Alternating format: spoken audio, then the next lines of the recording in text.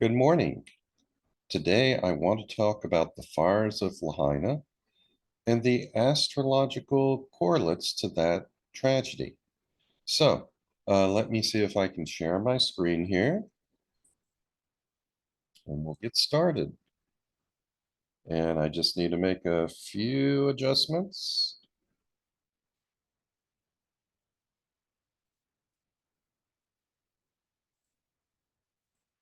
And I think we're ready to go. So, the fires of Lahaina. Now, when researching the astrological indicators behind a mundane event, I don't believe that it is adequate to just look at the transits for the time of that event. You also have to ask yourself, why are things happening at this particular place at this time and not some other place? Thus, for the fires that burned in Lahaina on August 8, 2023, one should strive to examine not only current transits, but also the USA chart, the chart for Hawaii, and if possible, a chart for Lahaina. Now, the chart I use for America is the July 2nd, 1776 chart for the passage of the Resolution for Independence. There are other good charts for America because America was not created by one single event. But I find the July 2nd chart works quite well, and I tend to prefer it over the July 4th chart. Now, for Hawaii, I use a chart for the day that it became a state.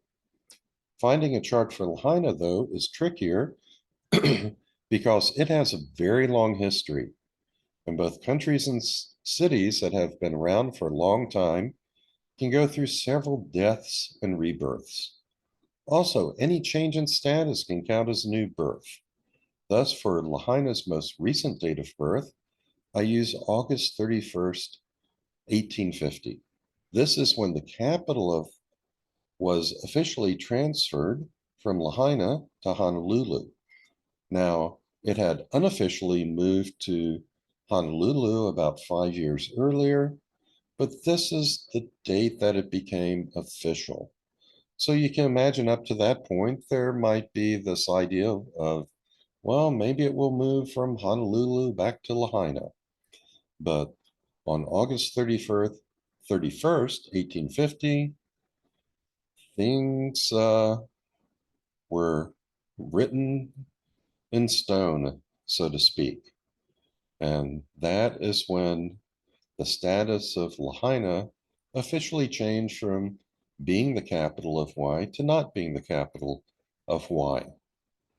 Now, you might think that that same chart could be used for Honolulu because its status was changing on that day. However, since Honolulu was incorporated later on April 30th, 1907, I choose that as its most recent birthday. So remember, the status of places changes over time, and fortunes of a place can go up and they can go down.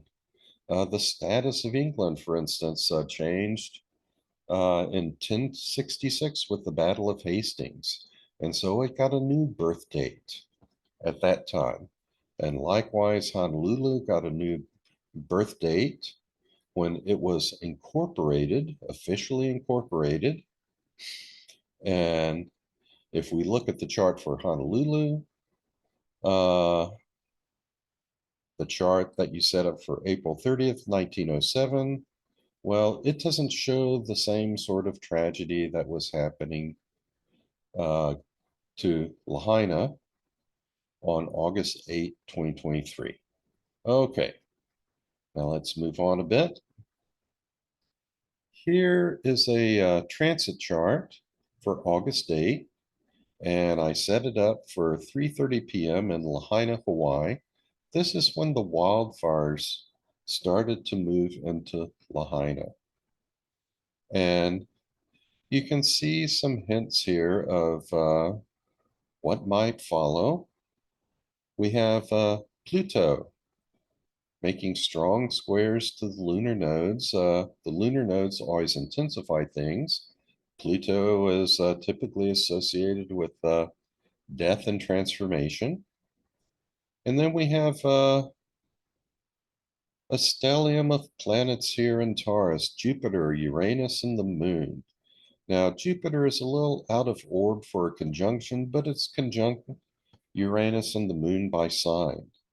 Uranus, however, is in a very strong conjunction with the Moon, and Uranus represents unexpected events. So we could expect the unexpected on this day. And we also have Sun and Venus in Leo, which turns out to be a fire sign appropriately. And the Sun is making a strong square to Jupiter. Venus is making a strong square to Uranus and the Moon. So, overall, things are going to be somewhat unsettled that day. The forces for death and transformation are intensified. This applies, however, to the entire world. So we need to drill down to the level of Lahaina. And as we do so, we're going to see the outer planets, Jupiter, Saturn, Chiron, Uranus, Neptune, and Pluto, playing a greater role in how things unfold. And there's a lot of different interpretations we can give to these planets, but the ones which are really going to apply to the tragedy in Lahaina are magnification for Jupiter, structure for Saturn, wounding for Chiron, sudden change in status for Uranus, wind for Neptune. Now, normally we might associate Neptune with water, but in actuality, Neptune rules things which have ambiguous or ill-defined boundaries, and that applies to wind as well as water. Also, we might point out that it was a storm south of Hawaii. Uh, that involves water. But was that storm which produced the winds which caused the fire to spread so rapidly? And Pluto, again, we usually think death and transformation, but think in terms of Pluto also as the god of the underworld. And in our culture, we tend to associate the underworld with hell and the fires of hell, hellfire, so to speak. We also associate Pluto with the phoenix, which burns and then the phoenix reemerges from the ashes of that fire. Fire transforms things, and so fire corresponds quite well to Pluto. Okay, let's move on. If we look at the transits at that time to this July 2nd, 1776 chart for America, well, there are some things which stand out, though these are things which affect America in general. We have transiting Pluto, conjunct natal Pluto, and the transiting lunar nodes are making a strong square to natal Pluto. So this is intensifying this drive toward transformation and possible destruction. Over here, you see transiting Chiron in a strong conjunction with natal Chiron. Now, let me point out the real purpose of Chiron is it's a drive toward transcendence. And in its purest form, it can be very sweet, a very sweet energy. It urges us to go beyond the world that we see to a world that is unseen, a world that is more transcendent. But in the process, it often has to crack our hard shell. And that's where the wounding comes in. And transiting Chiron has been very close to this conjunction with natal Chiron all summer long. And in doing so, it's been replicating things that we saw in the early 70s. In the early 70s, the country was severely wounded by Watergate and the actions of President Nixon.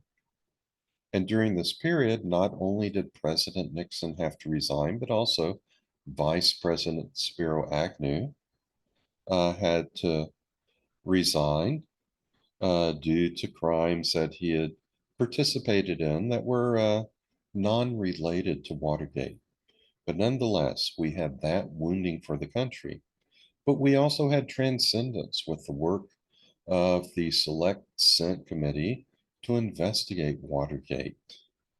So, as I say, 90% perspiration, 10% inspiration, or oftentimes 90% wounding, 10% transcendence. This summer and before, we've gone through wounding from Donald Trump and the January 6, 2021 insurrection. Those have been things that have been affecting and wounding the country. But we've also had transcendence in recent years through the work of the January 6th committee. And another connection here is back in the early 70s in 1973, the Supreme Court looked at the case Roe v. Wade, and it gave women the right to have control over their own bodies. This time around, with aspects repeating themselves, transing Chiron first in opposition to natal Saturn, and then conjunct natal Chiron, the Supreme Court in 2022 revisited Roe v. Wade and took away that right, the right of women to have control over their own bodies. So you see similarities when these outer planet aspects repeat themselves. Also, we've been getting tremendous wounding this summer from environmental disasters, with the fires in Lahaina just being the latest occurrence there. So it's been a summer of wounding, and as we move into the fall, we're getting this near conjunction of transing Pluto with natal Pluto. So our turmoil, the transformations we need to go through, the existential threats to democracy that we're facing, they're not over yet. Okay, now I mentioned that as we drill down from the country level to the state level to uh, the town of Lahaina, we're going to see these outer planets from Jupiter through Pluto more and more involved. And here I'm looking at midpoints, transiting planets that will be activating natal midpoints and natal midpoints that will be activating natal planets that will be activating midpoints between the transiting planets. Now, when it comes to the moon in the USA chart, the natal moon, I'm not going to pay much attention to that because we're not always that certain about birth times, and the moon can move very quickly. And I'm not going to talk about these midpoints a lot of detail, but I just want to point out how often these outer planets are being involved in the midpoints. And midpoints are turning points, they're breaking points. And these turning points can often trigger actions in the real world, events in the real world. So just look at how the outer planets are involved here. We have Neptune. We have Neptune and Saturn. Natal Jupiter conjunct the Uranus Chiron midpoint. Jupiter magnifies things. This could be sudden wounding. We have Saturn here. Neptune, Jupiter conjunct the Sun Uranus midpoint. Again, Jupiter is magnifying things. It's we have sudden wounding and just sudden events to the soul. of the country here. Saturn, Saturn, Saturn, and Uranus. Uranus and Saturn. Neptune, Jupiter, and Pluto. In this case, a wind event can be magnified, magnifying the fires. Chiron, Jupiter, and Neptune. A magnification of winds resulting in wounding. Okay, now let's go down to the state level. Here we have the chart for Hawaii, and this time we have the time that it became a state.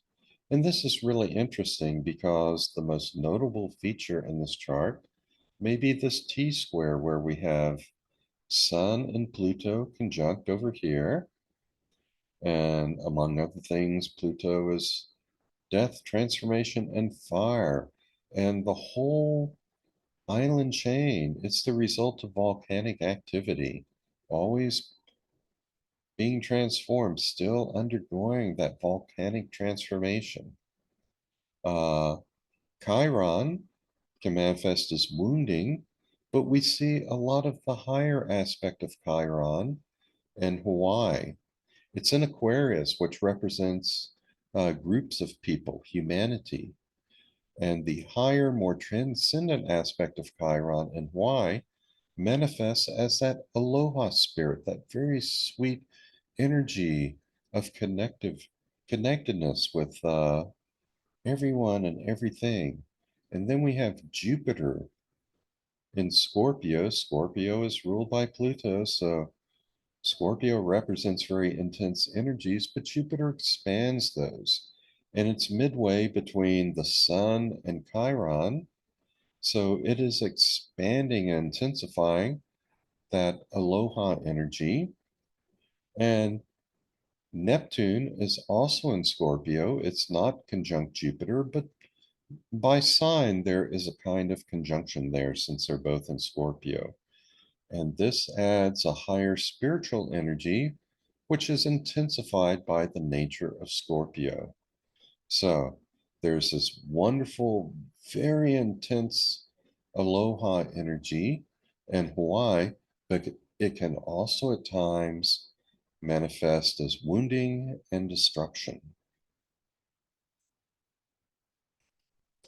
Okay, now if we look at the transits to Hawaii on August 8, 2023, and this chart set up for 3:30 p.m. in Lahaina when the wildfires start to move in, this is also quite interesting. We have Uranus in a strong conjunction with the moon, and this is very strongly in opposition to Jupiter. Now, usually we wouldn't worry about something like that all that much because we think of Jupiter as a a beneficial planet. Uh, but since in the natal chart, Jupiter is square to the Sun and Chiron, when something is stimulating Jupiter, it can activate that wounding uh, within the state. And we have Venus over here. Transiting Venus is also making a strong square to Jupiter. In this case, Venus is acting as a trigger planet. It's setting things off. So we have uh, the suddenness of Uranus, everything being triggered by transiting Venus, setting off Jupiter, which is activating the Sun, Chiron, Jupiter T square, resulting in some wounding. And if we look at midpoints, are being activated by either transiting planets to the natal midpoints or natal planets to the transiting midpoints. We see a lot of activation involving these outer planets. We have Uranus, Jupiter, and Neptune. Pluto conjunct the Saturn Chiron midpoint. This is really powerful here because Jupiter's transformation, Saturn, hardship and restriction, Chiron wounding. Uh, Chiron in opposition to the Mercury-Saturn midpoint and opposition to the Neptune North Node midpoint. Down here, we have Neptune, Pluto, Jupiter, Uranus, Pluto, Saturn, Jupiter, Uranus in opposition to the Saturn-Pluto midpoint. This is the natal Uranus, halfway between transiting Saturn and transiting Pluto. This is also very powerful. Restriction and destruction can be triggered suddenly. So again, all of these outer planets are being powerfully activated by these midpoint configurations. Okay, and now here is the chart I set up for Lahaina. I set it up for the time that it officially ceased to be the capital of Hawaii. It had unofficially ceased to be the capital 5 years later, but on this date, I just set up a generic chart for 12 noon. On this date, Honolulu officially became the capital, which means Lahaina officially ceased to be the capital. And part of what we see here is a strong T-square involving Neptune, the Sun, and Chiron, showing this potential for wounding. And then we have the stellium of planets down here, Saturn, Pluto, and Uranus. Pluto and Uranus are strongly conjunct, showing that this a potential for sudden destruction. And Saturn, many would say it's a little bit out of orb of conjunction with Pluto, but they're conjunct by sign. They're both in Aries, so this gets connected. This gets brought in. So it's restriction, destruction, sudden changes. Most of the time, what I imagine you see in Lahaina is that aloha energy, the more transcendent aspect of Chiron, the more spiritual aspects of Neptune and Pisces. And Neptune functions very well in Pisces. So most of the time you have that aloha spirit in Lahaina, but this is the potential for sudden destruction and wounding by wind or water, which can happen when it's appropriately triggered. And if we look at midpoints configurations on that date, well, there aren't as many, but we do see outer planets involved. Jupiter, Neptune, Saturn, Jupiter, Neptune, Jupiter, Saturn, Chiron. This is more ominous. Saturn, Jupiter, and Neptune, that one too. And Neptune here. Not quite as many midpoint configurations, but some of the outer planets being activated. But where the action really is in this case is with the transit chart. Take a look at this. We have a lot of very ominous transits involving the outer planets on this date, August 8, 2023 at 3:30 p.m. So let's take a look at this.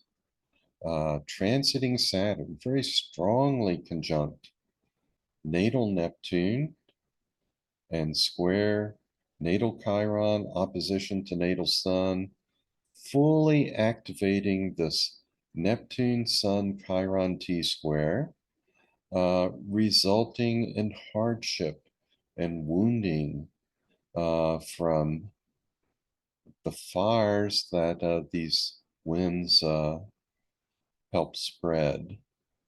Wounding through fire, Chiron, I note it's in Sagittarius, another fire sign. So that's one powerful configuration. What else do we have going on? Well, transiting Pluto is making a strong square to natal Pluto and also natal Uranus.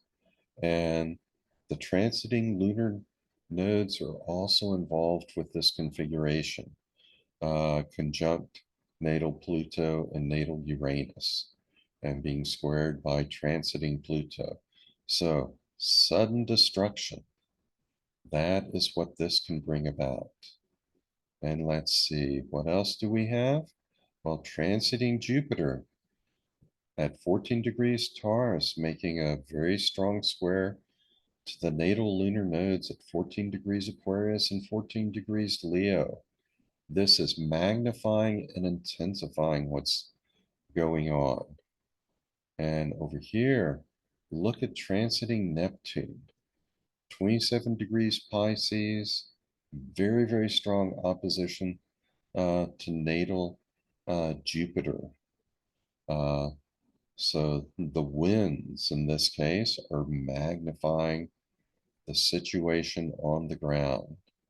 And lastly, we have transiting Chiron and a strong conjunction with natal Saturn, causing a lot of wounding and hardship. And Saturn here again in a fire sign. So all this pain was delivered through fire. So very, very strong transits going on involving the outer planets, and they all resulted in a lot tremendous destruction to the city. This is what we saw astrologically on this day, and what we saw in reality corresponds just very, very closely to what we see in this chart. Okay, so that's it. We started with just sort of the general transits, looked at how those transits affect America, drill down to why, to the state level, and then we drilled down to the city level. And as we went from general transits to the country, to the state, to the city, we saw how things became more and more intense. And this last chart, forgive the expression, it was the nail in the coffin. Sadly, literally so. And from an astrological perspective, these are powerful reasons behind the tragedy, the horrific tragedy, the very sad and horrific tragedy we saw in Lahaina. Okay, I'll stop sharing at this point.